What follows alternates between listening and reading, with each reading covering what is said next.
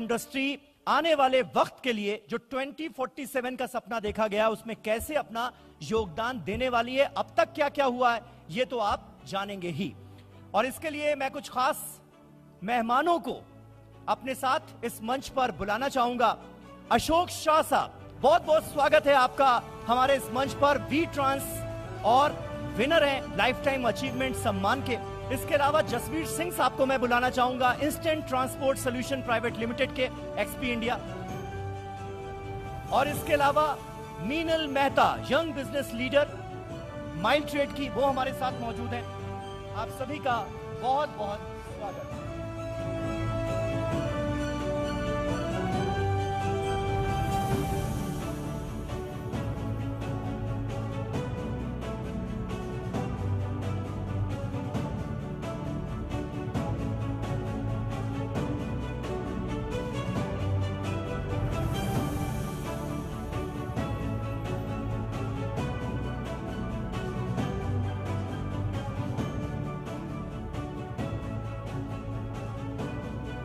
आप सभी का बहुत बहुत स्वागत है। कॉन्टिनेंटल टायर्स और TV9 नेटवर्क की ये जो खास पेशकश है, हमारी कोशिश ही इस मुहिम के जरिए ये है कि आप सभी की कोशिशों को सराहा जाए, उसको वो सम्मान दिया जाए जिसके आप लोग हकदार हैं। सबसे पहले क्योंकि बात हो रही है मिशन 2047 की, प्रधानमंत्री नरेंद्र मोदी का ये विजन रहा है और इस देश को विकसित भारत बनाना है, बनना है, ये हम में से कौन नहीं चाहता। लेकिन शुरुआत अशोक शाह साहब मैं आप ही से करना चाहूंगा, क्योंकि जाहिर सी बात है कि अगर $5 ट्रिलियन की जीडीपी का सपना देखा गया है तो उसमें ट्रांसपोर्ट सेक्टर की, लॉजिस्टिक्स सेक्टर की भूमिका बहुत अहम होने वाली है। तो इस बड़े लक्ष्य की प्राप्ति की तरफ हम आगे बढ़ते हुए नजर आ रहे हैं क्या, और इस सेक्टर की भूमिका आप कैसे देखते हैं? देखिए, जो लक्ष्य गवर्नमेंट ने अनाउंस किया है, मुझे तो आसानी से अचीवेबल लगता है। क्यों लगता है इसकी वजह मैं बताऊं आपको। तो आज से 8 दिन पहले देहरादून में हम लोग थे। वहाँ सिर्फ 4 सेक्टर के प्रिंसिपल सेक्रेटरी थे: energy, IT, electronics, defence and aviation. अभी ये 4 की जो बातें मैं शेयर करने बैठूं ना तो पूरा टाइम आपका जाएगा, लेकिन मोटा मोटा ये है कि एनर्जी सेक्टर में भी इतना ही ग्रोथ है। एविएशन मिनिस्ट्री में जो डायरेक्टर थे उससे 2 घंटा पहले मैं मिल के आ रहा हूँ यहाँ। अच्छा, क्या क्या अपॉर्चुनिटी है उन्होंने डिटेल में कहा। उसके अलावा एलिवेशन, सबसे बड़ी बात जो है डिफेंस सेक्टर। डिफेंस सेक्टर में शुरुआत हुई थी 2020, जब कोरोना काल था, तभी से मैन्युफैक्चरिंग 2014 से मेड इन इंडिया का कॉन्सेप्ट आया था, लेकिन उसका प्रोडक्शन की शुरुआत हुई थी 2020 से। आपको बताऊं कि अगस्त 2020 में इन्होंने सबसे पहले 1191 आइटमें बैन की, जो 100% इंपोर्ट होती थी। और उसके राह पे चलते चलते आज की डेट में जितनी 50,000 करीब आइटम इंपोर्ट होती थी, उसमें से सिर्फ 4,660 आइटम ही इंपोर्ट के लिए रही है। बाकी सब मेड इन इंडिया में बनती है। एक जमाना था कि 100% डिफेंस का माल हम इंपोर्ट करते थे, लेकिन आज आपको जान के खुशी होगी कि एक्सपोर्ट तो हो रहा है, लेकिन जो मिसाइल बनाई गई है वो मिसाइल 1000 किलोमीटर तक टारगेट को हिट करती है। उसका 2027 तक का जो ऑर्डर है वो पेंडिंग पड़ा है, मतलब यूरोपियन कंट्री से इवन और एशियन कंट्री से। क्या बात है। तो इसके ऊपर से आप समझ सकते हैं। और कोई भी चीज देखिए ग्रो होगी ना, इकोनॉमी ग्रो होगी, लोगों की पर कैपिटा इनकम बढ़ेगी, तो नेचुरली है ट्रांसपोर्ट पे तो इम्पैक्ट आने वाला है। ट्रांसपोर्ट पे और ये तो आपने बड़ी इंपॉर्टेंट बात होने कह वाला दी। ही है। डिफेंस सेक्टर में आत्मनिर्भर भारत का सपना भी देखा गया है। नहीं तो तो यानी उस सपने की प्राप्ति में अब ज्यादा वक्त नहीं है, मतलब उस तरफ हम बहुत मेरे तेजी से हिसाब आगे से बढ़ रहे हैं। तो 2025 तक हम लोग का सेल्फ सफिशिएंट हो जाएंगे। जो बातें हमको प्रिंसिपल सेक्रेटरी ने वहाँ बताई थी, क्योंकि हमारी एकेडमी से जो पास होके लड़के आज विविध पोस्ट पे है, उनका ही सम्मेलन था यहाँ। 300-350 लोग थे, उसमें से 135 ऑफिसर्स थे ओके। उस टाइम। और उन्होंने बात जो जो अच्छी चीजें हैं शेयर की थी। पैनल डिस्कशन हमने रखा था और इनको 1.5 घंटे का टाइम दिया था, लेकिन हमारे जब एंड हुआ ना, तभी हमें लगा कि ये टाइम कम पड़ा। मैंने नोट लिखी थी, वो मेरे साथ अभी डायरी में है। अच्छा। हाँ। अच्छा सिंह साहब, ये क्योंकि जाहिर है सपना बहुत बड़ा है, उस तरफ हम आगे भी बढ़ रहे हैं, बहुत सारी प्रगति और प्रोग्रेस हुई है, इससे भी इनकार नहीं किया जा सकता। लेकिन एक मसला है लॉजिस्टिक कॉस्ट का, वो कम होने का नाम नहीं ले रही है। अभी भी 14 से 15% हिस्सा जीडीपी का लॉजिस्टिक कॉस्ट में जाता है। इसको कम करने का लक्ष्य रखा गया है और जहां तक मुझे जानकारी है 8% के करीब लाने का लक्ष्य रखा गया है। क्योंकि आप यूरोपीय देशों से तुलना करें, अमेरिका से, जापान से, चाइना से, तो 7 से 9% उनका लॉजिस्टिक का खर्चा है। तो ये कैसे होगा और क्या उस दिशा में हम आगे बढ़ रहे हैं, कुछ काम हो रहा है क्या? देखिए, ये जो लक्ष्य है 14-15% से 8-9% लॉजिस्टिक कॉस्ट को लेकर आने का, I think it is very much possible. और वैसे तो ये 14-15 है या 8-9% है, ये भी काफ़ी एम्बिगुअस सब्जेक्ट है। अच्छा। काफ़ी सारी रिपोर्ट्स अगर आप देखेंगे तो ऐसा भी सजेस्ट करती हैं कि इंडिया की लॉजिस्टिक्स कॉस्ट ऑलरेडी 8-9% है। देयर आर 2 रिपोर्ट्स अगर आप इस डोमेन में देखेंगे। बट एनीवेज लेट्स assume कि it is 14-15% and let's go by that logic. आज भी हमारे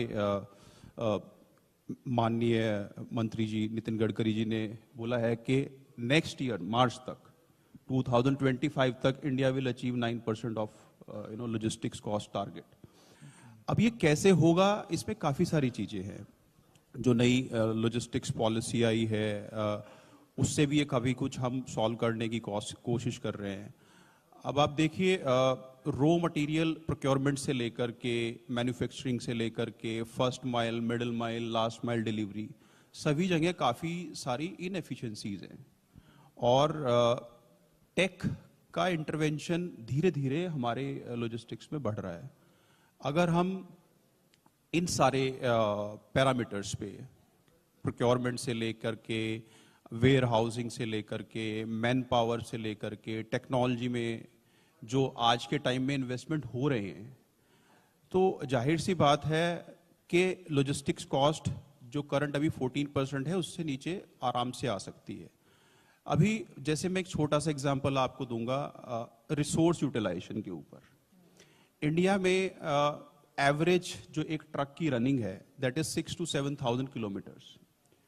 औसतन 20 से 25 लाख रुपए का एक ट्रक आता है। तो आपने 20 से 25 लाख रुपए का एक इन्वेस्टमेंट कर दिया है। अब आप उस रिसोर्स का यूटिलाइज क्या कर रहे हैं? बेसिकली अगर एज ए ट्रक ऑपरेटर बात करें, सो 20-25 लाख की पूरी कॉस्ट 6-7 हजार किलोमीटर से ही आपको रिकवर करनी है। It means eventually end customer is paying higher amount to justify that 20-25 lakh rupees cost. Whereas अगर आप एक्सप्रेस ट्रांसपोर्टेशन में बात करें, तो एक्सप्रेस ट्रांसपोर्टेशन में we are able to run our vehicles around 18,000 to 20,000 kilometre a month. तो अगर मैं एक छोटी सी बात करता हूं कि अगर एक ट्रक की फिक्स कॉस्ट 1 लाख रुपया है और उसको जब आप 18,000 वर्सेस 6,000 से डिवाइड करते हैं, सो तकरीबन 3 रुपये किलोमीटर का एवरेज कॉस्ट का डिफरेंस आता है। तो यहां पर अगर आप देखें, काफी इनएफिशिएंसी है। अभी जो इंडिया में रोड इंफ्रा बन गया है, जिस तरीके का वर्ल्ड क्लास इंफ्रा बन गया है, सेकंड लार्जेस्ट नेटवर्क बन गए हम अमेरिका के बाद, तो रोड अच्छी है तो आप यूटिलाइजेशन क्यों नहीं बढ़ा सकते हैं? जैसे हमारी नेशनल लॉजिस्टिक्स पॉलिसी है, एक सब्जेक्ट को थोड़ा सा दरकिनार कर रहे हैं, which is basically detention policy. अब आप लॉजिस्टिक्स कॉस्ट कम करने की बात करते हैं, लेकिन डिटेंशन पॉलिसी की बात नहीं करते हैं। इंडिया में इतनी एमएनसीज हैं जहां पर ट्रक को as a warehousing use करते हैं।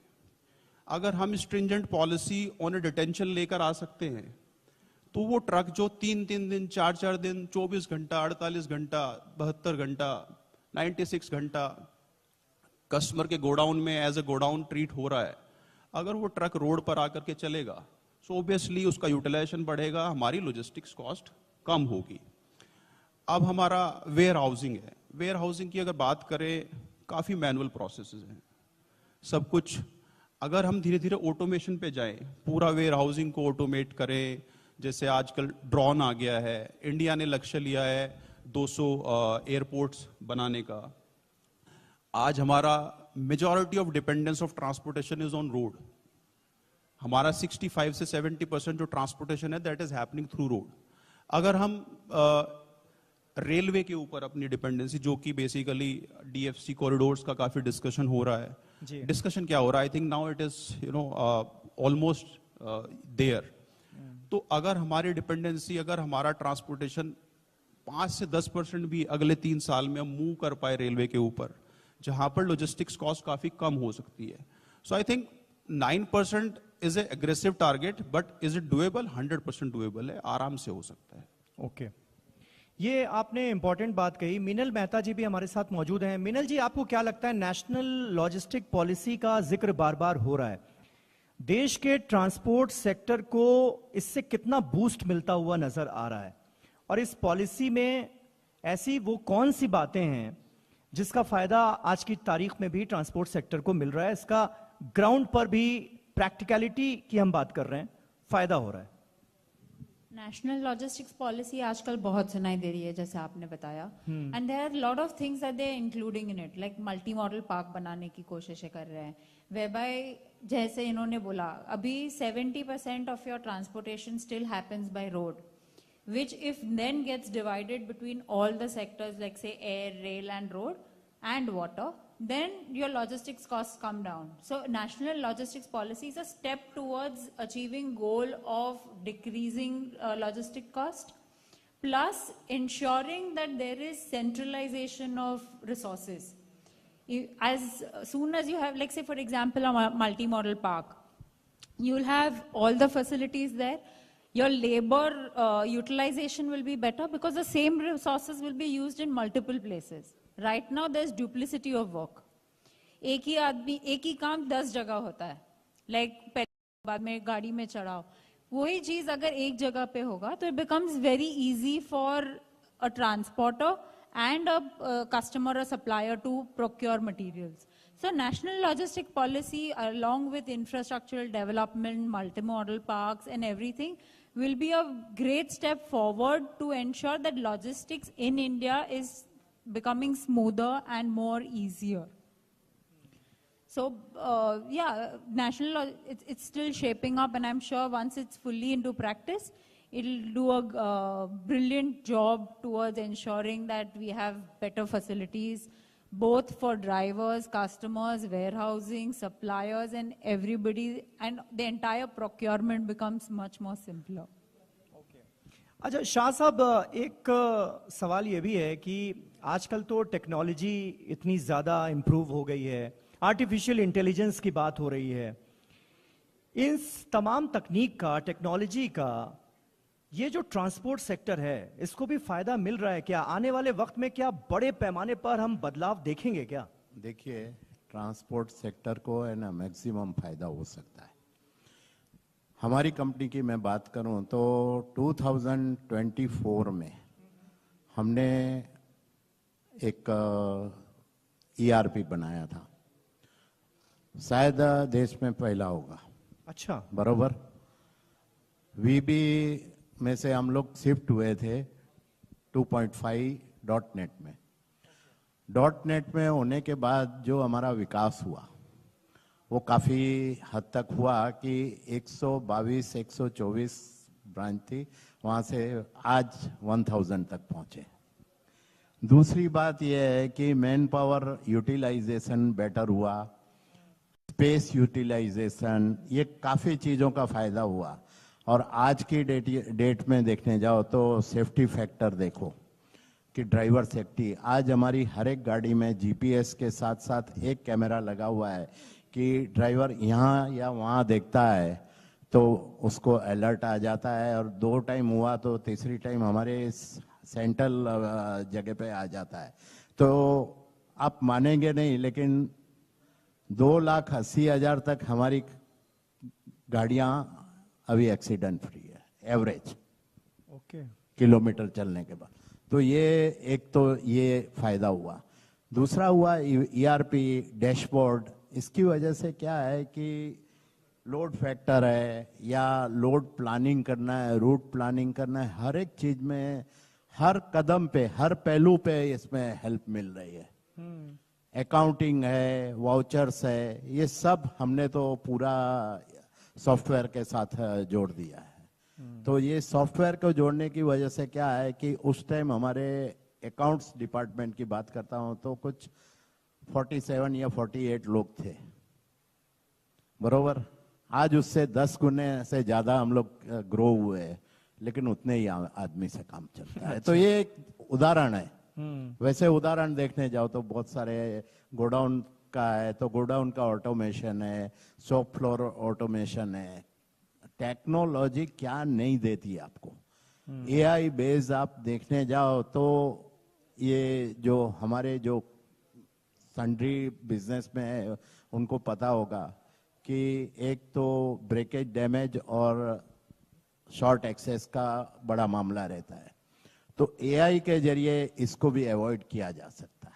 एआई के जरिए मटेरियल अगर गोडाउन में उल्टा रखा गया है या गलत तरीके से रखा गया है तो वो भी करेक्ट हो जाता है। हमारे यहाँ सेंट्रल टीम में एक जगह पे कैमरा सब जगह गोडाउन पे है और बैठता है, तो कहीं भी कोई माल उल्टा पुल्टा हो तो ऑन द स्पॉट फोन करके बजा देते हैं ताकि वो करेक्शन हो जाए। या माल समझो टूटा फूटा आया है तो ऑन द स्पॉट उसको, मतलब ये जो हमारी 24 आवर्स की टीम बैठती है सेंट्रल जगह पे तो करेक्शन करते हैं। उसकी बदौलत क्या है, और हम तो देखिए हर एक कदम पे, मतलब हमारी गाड़ियां भी जो है आज, पहले हम टाटा या आइशर से चलाते थे, आज हमारे पास 42 व्हीकल बेंज के है जिनकी परफॉर्मेंस ये है कि आज तक एक भी गाड़ी ब्रेक डाउन नहीं हुई है पिछले 5-7 साल से है। मतलब ये टेक्नोलॉजी और एएमसी और सबका समन्वय करके अपना थोड़ा दिमाग लगाते हैं तो काम हो जाता है। मतलब कॉस्ट, आज क्या है कि मार्केट में इतना कंपटीशन है तो कॉस्ट रिडक्शन कैसे करना, सही बात। ये एक क्वेश्चन सबके दिमाग में आता है। तो कॉस्ट रिडक्शन के लिए अगर आपको और कोई मदद करे या ना करे, लेकिन टेक्नोलॉजी एक ऐसी चीज है जो आपको हर कदम पे मदद करने को तैयार है। आप में कितना दम है उसको एडॉप्ट करने का। सही बात है। ये जसबीर जी, तो कितना अडॉप्ट कर पाया है ट्रांसपोर्ट सेक्टर नई टेक्नोलॉजी को, नए इनोवेशंस को कितना अडॉप्ट कर पाया है? क्योंकि शाह साहब से बात करके ये साफ तौर पर नजर आ रहा है कि ग्राउंड पर इंप्लीमेंटेशन काफी हद तक हो रहा है, बदलाव बहुत हद तक हो रहा है, लेकिन इसका क्या बेनिफिट आप देख रहे हैं, क्या फायदा आप देख रहे हैं? और आर्टिफिशियल इंटेलिजेंस का जिक्र हुआ जिसके बारे में अक्सर तमाम तरह की खबरें आती हैं, आजकल डीप फेक भी चलने लगा है, तो आर्टिफिशियल इंटेलिजेंस के नेगेटिव्स की चर्चा ज्यादा होती है टीवी चैनल्स पर, लेकिन आप लोगों के जरिए पॉजिटिव्स की हम चर्चा कर रहे हैं। तो आने वाले वक्त में क्या हो सकता है और अभी क्या हो रहा है, कैसे इनोवेशन, टेक्नोलॉजी, एआई ये सब मिलकर इस सेक्टर को बूस्ट दे रहे हैं? देखिए सर, टेक्नोलॉजी और innovation, I think it's a continuous process. Innovation in itself, the word suggest कि it is in itself is a journey. अभी क्या हो रहा है, क्या हो सकता है, तो काफी सारी चीजें हैं। मैं शुरू करता हूं सबसे पहले ट्रक ड्राइवर्स और एक ट्रक से लेकर के अभी यूरो 6 ट्रक में काफी सारा टेलीमेटिक्स, हाई एंड टेलीमेटिक्स मौजूद है, जहां पर आप फ्यूल एफिशिएंसी क्या है, आपका ड्राइवर का ड्राइविंग बिहेवियर क्या है, आपका ट्रक कितने किलोमीटर के बाद ब्रेक डाउन होने वाला है, basis on that you can do preventive maintenance. क्या हम वहां पहुंच गए हैं? अभी अभी नहीं पहुंच पाए। यूरो 6 आई थिंक एक आधी अधूरी तैयारी के साथ हम यूरो 6 को मार्केट में उतरे हैं। आई थिंक कहीं ना कहीं एक जल्दबाजी हुई है यूरो 6 इंप्लीमेंट करने में इंडिया में, बट अभी काफी सारा इनोवेशन यूरो 6 के बेसिस पे। It's a very good technology. Had it taken some more time, it would have been more beneficial for the end users. But आज भी आप फ्यूल एफिशिएंसी, ब्रेक डाउन, सारे एनालिसिस, प्रिवेंटिव एनालिसिस सारे देख सकते हैं। ड्राइवर्स के लिए हमारी कंपनी में आज, and I think it's happening everywhere, ADAS DMs. ADAS DMs से बेसिकली आप ड्राइवर का फटीक, ड्राइवर की सेफ्टी, रोड पर क्या हो रहा है, I think some companies even are prepared for ADAS में there is a feature wherein the vehicle can take auto braking system, so auto brake लग सकता है अगर सामने आपका issue है। so I think that is also being launched, but आज के टाइम में आप ड्राइवर का पूरा मॉनिटरिंग कर सकते हैं। अब जैसे टेक्नोलॉजी, बेसिकली टेक्नोलॉजी से क्या बेनिफिट मिलता है? टेक्नोलॉजी से आप स्केल अप कर सकते हैं। आप कोई भी ऑपरेशंस को अगर आपको स्केल करना है, so without technology you can not scale up a business. Scaling के लिए टेक्नोलॉजी बहुत बड़ा रोल प्ले करता है। दूसरा, जितने आपके प्रोसेसेस हैं, रिडंडेंट जो प्रोसेस हैं, नॉर्मल मैनुअल प्रोसेसेस हैं, उनको ऑटोमेट किया जा सकता है। मैं इसको ऐसे देखता हूं कि अगर कोई भी process which is repetitive in nature, which is happening every day, that should be automated. That is the work of technology, जिसके लिए आदमी लगे हुए हैं। जैसे मैं अगर आपको अपनी कंपनी का, हमारी कंपनी का आपको एक एग्जांपल देता हूं, wherein we have been able to reduce our man power cost to 4% of the revenue. I think that is a very aggressive number अगर आप बोलें। अदरवाइज नॉर्मल कंपनीज में मैन पावर कॉस्ट अराउंड 13-14% है to the of the revenue. Eventually customer आपको ज्यादा पैसे देने वाले नहीं है। आप अपनी इंटरनल कॉस्ट को ऑप्टिमाइज कीजिए, and that can be done through technology. सो जैसे एक छोटा सा एग्जांपल, एक कंसाइनमेंट नोट जिसको बोलते हैं, जिसको बिल टीवी बोलते हैं, हमारी कंपनी में हमने पिछले 5 साल से एक भी कंसाइनमेंट नोट मैनुअल नहीं काटा है। हमारा 100% ऑटोमेटेड कंसाइनमेंट नोट है। So that is basis on the technology. Technology is able to do it.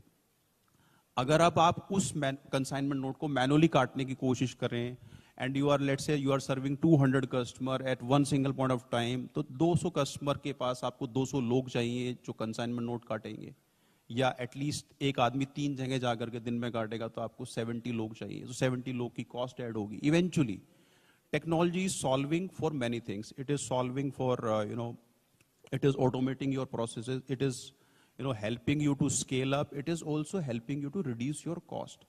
So I think implementation काफी हद तक हो रहा है। ड्रोन्स की बात कर लीजिए, अभी गुड़गांव में लेटेस्ट में ड्रोन्स के कई कंपनी डिलीवरी कर रही हैं, but I think drone is more useful जहां पे हिली एरियाज है, जहां पे आपकी लॉजिस्टिक्स कॉस्ट बहुत ज्यादा है।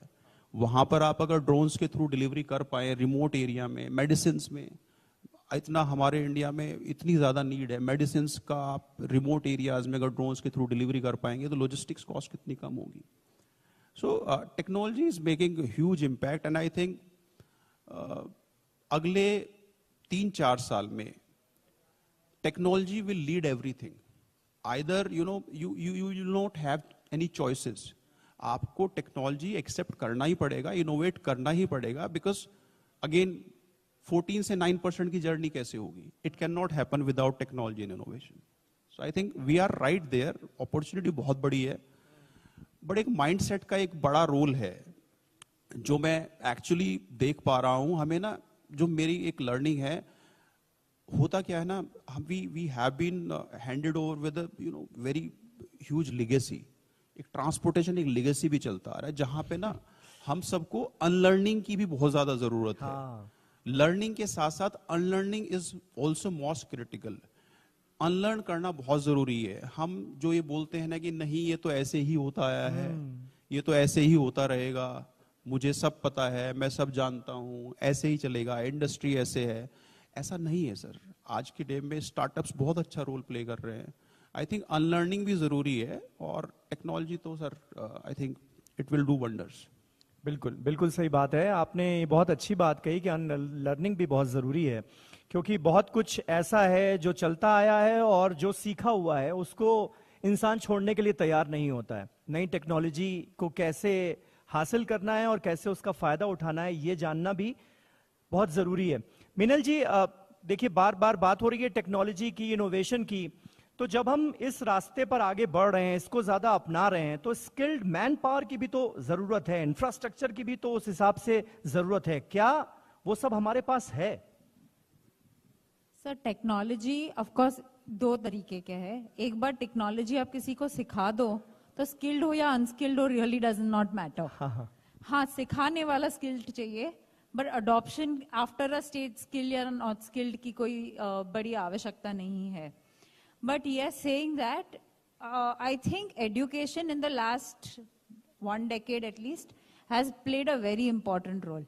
And इंडिया में एजुकेशन का जो एजुकेटेड लोग का प्रपोर्शन है वो बहुत बढ़ रहा है। जैसे पहले देख लीजिए, फॉर एग्जाम्पल ले लेती हूँ, अपने पास जो ड्राइवर्स आते थे सारे पढ़े लिखे नहीं थे इसलिए आते थे, पर उनके भी बच्चे आजकल पढ़ लिख के आ रहे हैं, शायद उन लोग को ड्राइवर बनना भी नहीं है। सो अगर वहां तक भी हम सोच रहे हैं कि अपने ही लेबर के बच्चे पढ़ लिख के आ रहे हैं, तो of course down the channel everybody is there is a lot of education.